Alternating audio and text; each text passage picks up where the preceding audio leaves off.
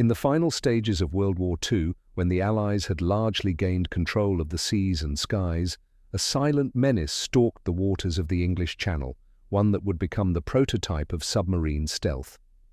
This was U-480, a German Type VIIC U-boat launched in August 1943 and commissioned in October of the same year under the command of Oberleutnant Hans-Joachim Förster.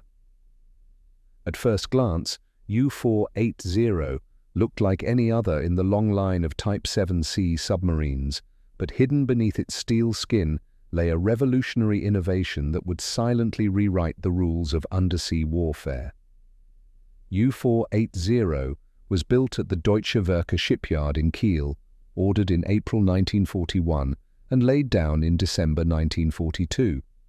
Like all Type VIIC boats, it displaced 769 tons surfaced and 871 tons when submerged. Measuring about 67.1 meters in length and with a maximum diving depth of around 230 meters, it was powered by two Germaniawerft diesel engines for surface cruising and two Siemens Schuckert electric motors for submerged travel. These gave it a surface speed of 17.7 knots and a submerged speed of 7.6 knots, respectable numbers for a submarine of its class. It carried 14 torpedoes for its 553.3 centimeters torpedo tubes and was also equipped with an 8.8 centimeters deck gun and anti-aircraft guns.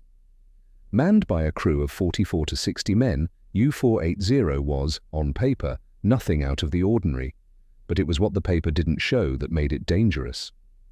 In early 1944, U-480 became the first operational submarine to be equipped with an experimental synthetic rubber coating known as Alberich, a code name taken from a mythical dwarf who could make himself invisible.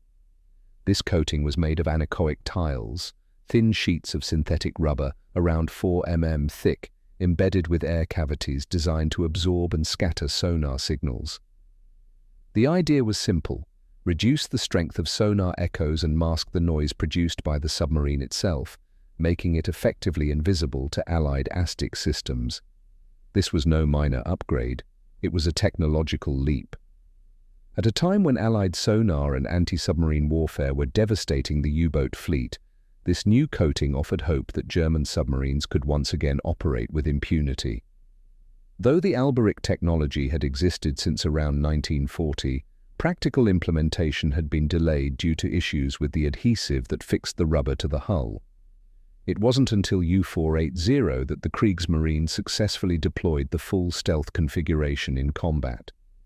Initially assigned to the 5th U-boat flotilla for training in October 1943, U-480 transitioned to active duty in June 1944 under the 9th flotilla and later the 11th. Her first combat patrol began on June 7, 1944, one day after D-Day. Just days into her mission, she was attacked by a Canadian Canso, PBY Catalina, flying boat. In a rare moment of effective resistance, U-480's anti-aircraft gunners managed to shoot down the aircraft. The plane crashed, resulting in the death of 6 crew members, with only 1 survivor. But it was during her second patrol, which began in August 1944, that U-480 would cement her place in the annals of submarine warfare. While patrolling the English Channel, one of the most heavily defended maritime zones in the world at the time, U-480 sank 2 Allied warships and 2 merchant ships. Among them were the HMS Alberich, a British Flower-class corvette sunk within a minute with heavy loss of life, and Fort Yale, a Canadian merchant vessel. The sinking of HMS Alberich was particularly notable because it occurred so close to shore and was executed without the U-boat being detected either before or after the attack. This lent strong credence to the effectiveness of the Alberich stealth coating. During this second patrol, U-480 also became the first U-boat to effectively operate in enemy-controlled waters post-D-Day with no Allied detection. Förster's skill and the boat's stealth earned him the Knight's Cross of the Iron Cross on October 18, 1944. His boat had become the embodiment of Hitler's hope that Germany could turn the tide of war through technological superiority, even as the Allies advanced on all fronts. Another innovation fitted to U-480 was the snorkel, or snorkel, installed in May 1944. This device allowed the submarine to run its diesel engines and recharge batteries while submerged, minimizing the time it had to surface and risk detection. In combination with the Alberik coating, the snorkel made U-480 a true undersea predator, capable of prolonged underwater endurance and unseen attacks.